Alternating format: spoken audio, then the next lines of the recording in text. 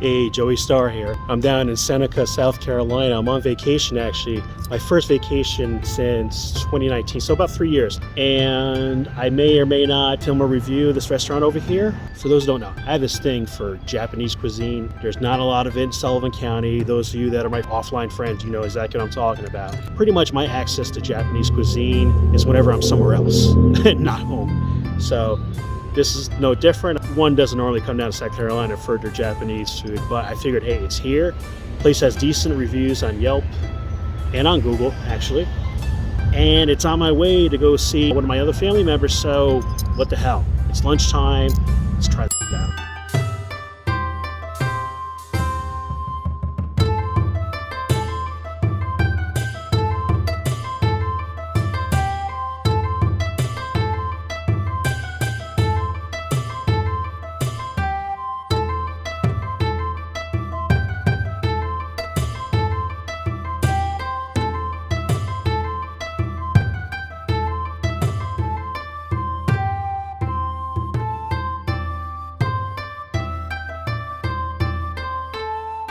I decided to get a seat outside because the weather is so beautiful. It'd be a crime to be indoors. If it was later in the day and it was hotter, I would eat inside with the air conditioning, but no, this is freaking terrific. Now, boy from New York, he needs his sun. And I just spoke to one of the owners, really sweet people here. I'm at the Yoshi restaurant. I'll talk a little bit more about them. From the conversation I was just having, you're gonna get a nice little surprise in this video. I'm so excited about this now. Just like with any other video, if there's a review, information's gonna be in the description box below. Yeah. It took me like 6 minutes to get a seat, not because it took 6 minutes to seat me, but because people here are so friendly and social. I was having conversations, not just the staff, but other patrons. They saw me filming the previous shot. I set up the camera on the roof of my car, and the guy saw me by, so that'd be pretty cool. Hi. Yeah, perfect. Probably should have filmed myself ordering, give you an idea of how nice the people are here. Really, really friendly. I ordered some jasmine tea because, again, living where I live, you don't get too many opportunities for jasmine tea or any kind of Japanese tea. Kind of see the container it comes in. Kind of teapot. Oh, this tea's good. Let's start the review. Nice jasmine flavor. Fragrant, but not overly so. From some of my sources about teas, particularly Asian teas, is that if you have a strong aroma from the tea, especially from the leaves, that it's not that great because that means they added that in. It's not really natural. This, you gotta really put your nose up to smell it. So this seems a little more natural. It tastes great. It's very soothing. Also, what brings me back, when I was a kid, my mom used to love going to different Asian restaurants, some Chinese, not so much Japanese because we didn't have a lot of those, but definitely Chinese restaurants, Korean places, possibly a Vietnamese, and we would always get the tea. We always loved the tea. This is bringing me back to those days, back when you used to sit down at those type of restaurants and they serve you tea in those the mugs without the handles on them. And it had that little design. You fill the cup and it's like, what, 3 ounces? This kind of takes me back to those days. Really good.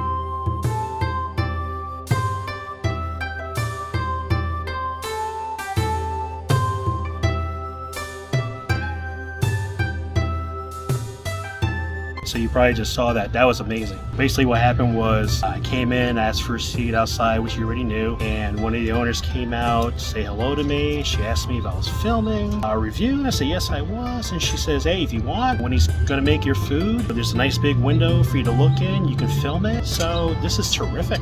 I had ordered the fried gyoza, which is kind of a dumpling. You can see the texture on here. Nice crisp. I don't know if we can hear this, but You can hear that crunch, really nice crunch, very fresh. I mean, they just made this.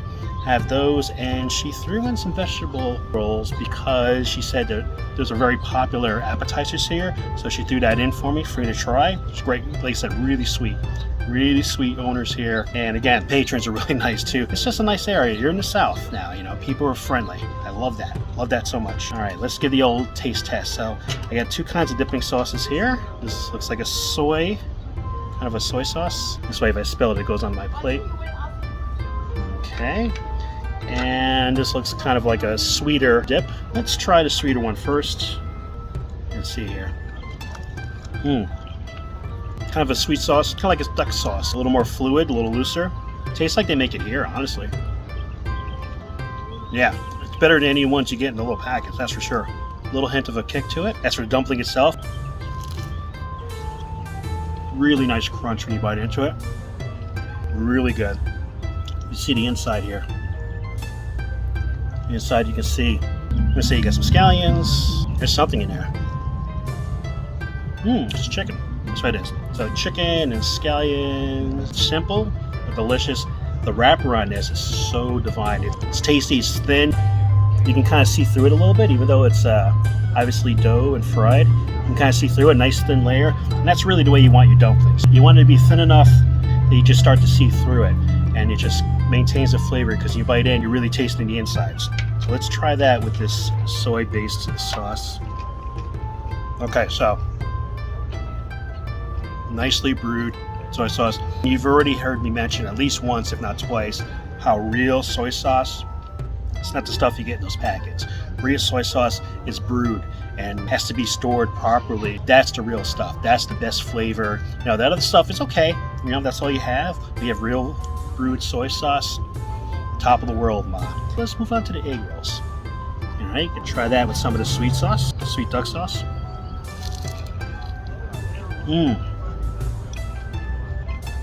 Let's start with the wrapper, okay? Obviously, when you have an egg roll, the wrapper's gonna be a little thick. You're not gonna be able to see through it.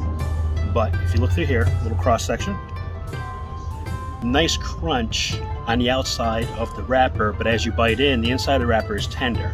That's great, you know, so you get that little crunch, and then you get into this nice soft stuff. And inside, of course, basically you have your carrot and cabbage, and just a touch of scallion. Looks like there's a little bit of chicken in there too, which I appreciate. I love chicken, after all. I am Mediterranean. And let's dip this into the obviously brewed, delicious soy sauce here. And a nice amount in there. It just melts in your mouth. I mean, they brought it out fresh, so it's still hot. Not scalding, but hot, which is great. That's a great way to eat this food. Flavor explosion, I'm telling you, man. The vegetables still have a bit of a crunch to them. These are fresh, they're crisp. Actually, I like this cross section. If you can see it good, see it all in there with the carrots and the cabbage and stuff. Really nicely presented, very pretty, and very tasty. I'm just gonna take another bite here, but I need to move on to the main. That's good. In all honesty, you can give me a big plate filled with these 2 items. Probably not the best thing for you, but it'd be a great meal.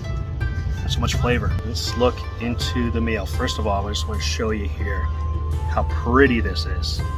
Pretty, pretty, pretty. Look at that presentation. So you got your fried rice. You can clearly see it's very fresh, right? You can see every little individual grain. It's not all mushy like you get in some places. And it doesn't have that like overly brown, like they made it a mess. I mean, this is fresh stuff. I mean, already looking at it, I can tell that's gonna taste fantastic. Comes with, of course, some carrots. It looks like they're kind of, obviously he fried them up a bit, but they take on the appearance of kind of like being stewed. Got some broccoli. Now, the difference between me and my favorite food vlogger is that my boy Mike, he hates his broccoli, so he won't be eating that, but I'm gonna be trying to let you know what it tastes like. Got my chicken there, right here. Got chicken with some mushrooms, all right?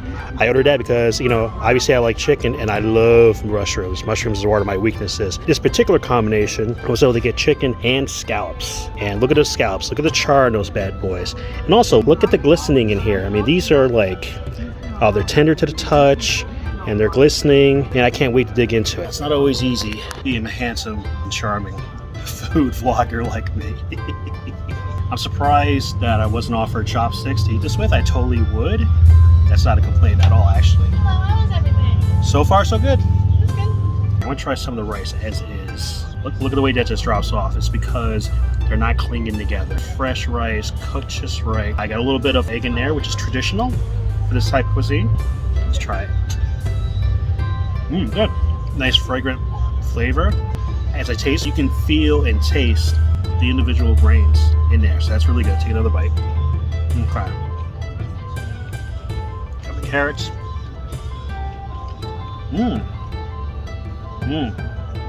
The carrots are definitely stewed a little bit prior to hitting the fryer. They got a nice sweetness to them. The outside of each individual carrot, a bit firm, of course coming from the grill. Inside, tender, full of flavor. Sweet, almost like candy. Now for the almighty broccoli. My buddy Greg would call this kryptonite because he hates broccoli. Try the kryptonite. Right off the bat. I love when you get vegetables from any restaurant and they don't overcook it. Still has all the crunch, still has all its vitamins intact. And one of the things that I like about broccoli is that when you cook it with sauces, it absorbs and takes in the flavor of what you've seasoned your food with. And this is capturing all the flavor in there. Really good. Listen, I like broccoli. I don't know if I go as far as say love, but I love this broccoli. It's so tasty. There's plenty of love here. All right, let's try some of that scallop. The scallop is calling out to me. This is the piece I was messing with before to show you how it glistened. I mean, look at that char on there. Just the right amount of char, right? Cooked it long enough that you got some of that color in there, but not so much that it hardened the fish. Let's give it a shot.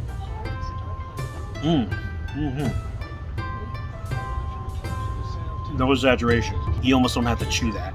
It just kind of melts in your mouth. You put it in, it's just like, it's kind of dissolved. You swear it's made of powder, the way it dissolved, but so flavorful. As far as the fishy taste goes, just enough that you know it's a scallop. Not overly fishy in flavor. Similar to the broccoli, picks up and absorbs a lot of the flavor of what it's being cooked with.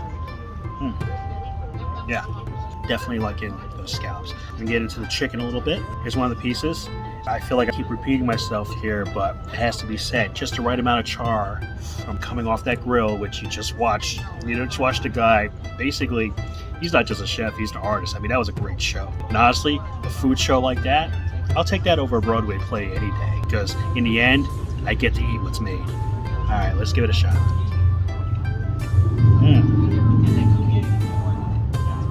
This chicken's very fresh. I'm telling you right now, it tastes like it was butchered yesterday, shipped to the restaurant this morning, and they just took it out and made it for me now. Really tender. This is chicken breast meat, actually. And you know, the funny thing about chicken breast meat, this is why sometimes I'm hesitant to order it out, is a lot of times chicken breast gets dried out from being overcooked. You know what I'm talking about? If I open it up here, you just kind of see it's definitely breast, right? And not a lot of glisten. Again, it's breast. Breast is not known for being really juicy, but this is definitely not dry either.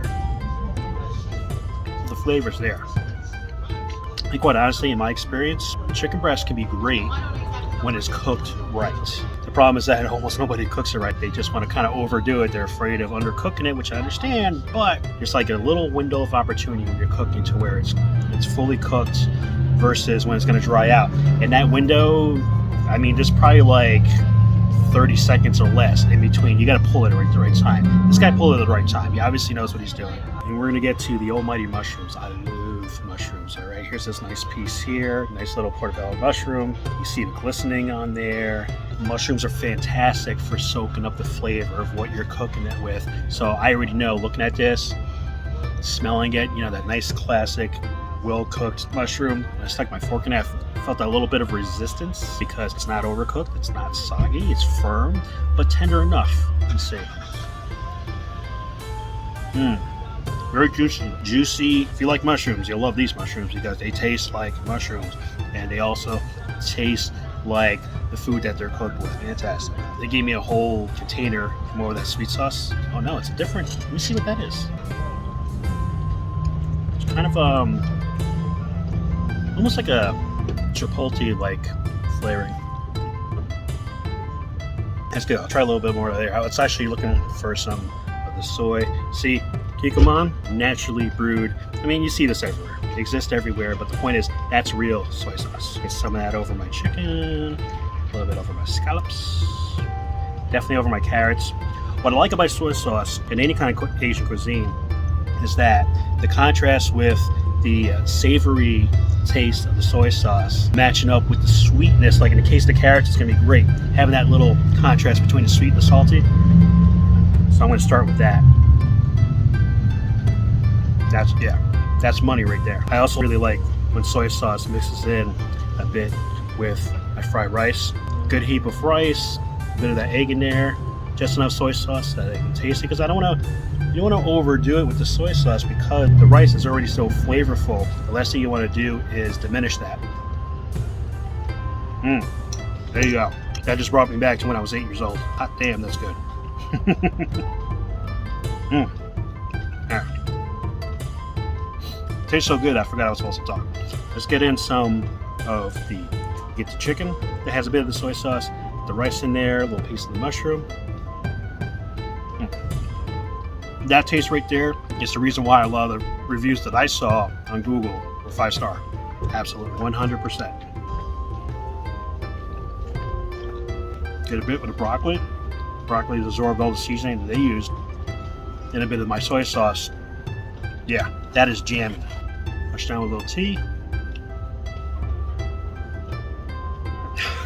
Now that we're about 20 minutes or so in, the sun's starting to cook me a little bit. Getting warmer from eating the hot food.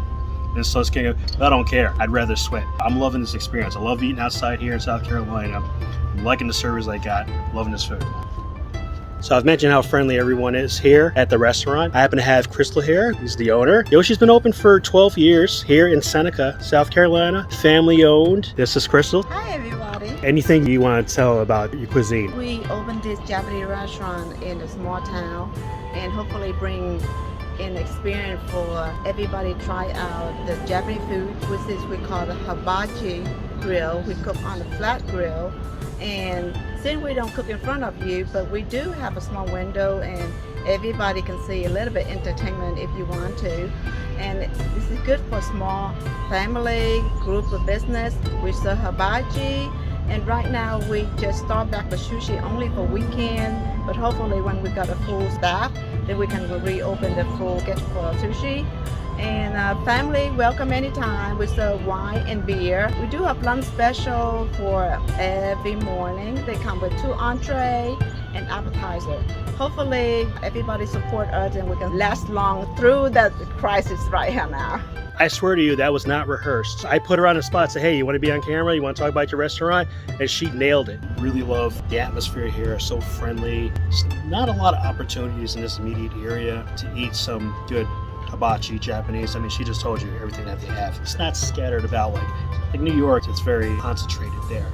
But here, it's not so much. You got to go into like the next city or the city after that if you want to get to another one. I came here because the reviews are really good. And the reviews are not wrong. You saw it. I'm enjoying this. Honestly, I'm gonna have to take some with me because I have some other stuff I need to do, and I'm feeling kind of full. So, filling, delicious food. Once again, Yoshi Japanese Hibachi Restaurant, Seneca, South Carolina. I want to put all the information in the description box below. If you're in the area, definitely lunch, dinner, whatever. Plan for at least one meal here. Leave yourself open because you know what? If you like Asian cuisine, especially if you like Japanese cuisine like I do, you come here once, you're gonna want to come here again. Thanks so much for watching Starr Quality Kitchen. Be sure to like, share, subscribe, and stalk. Laters.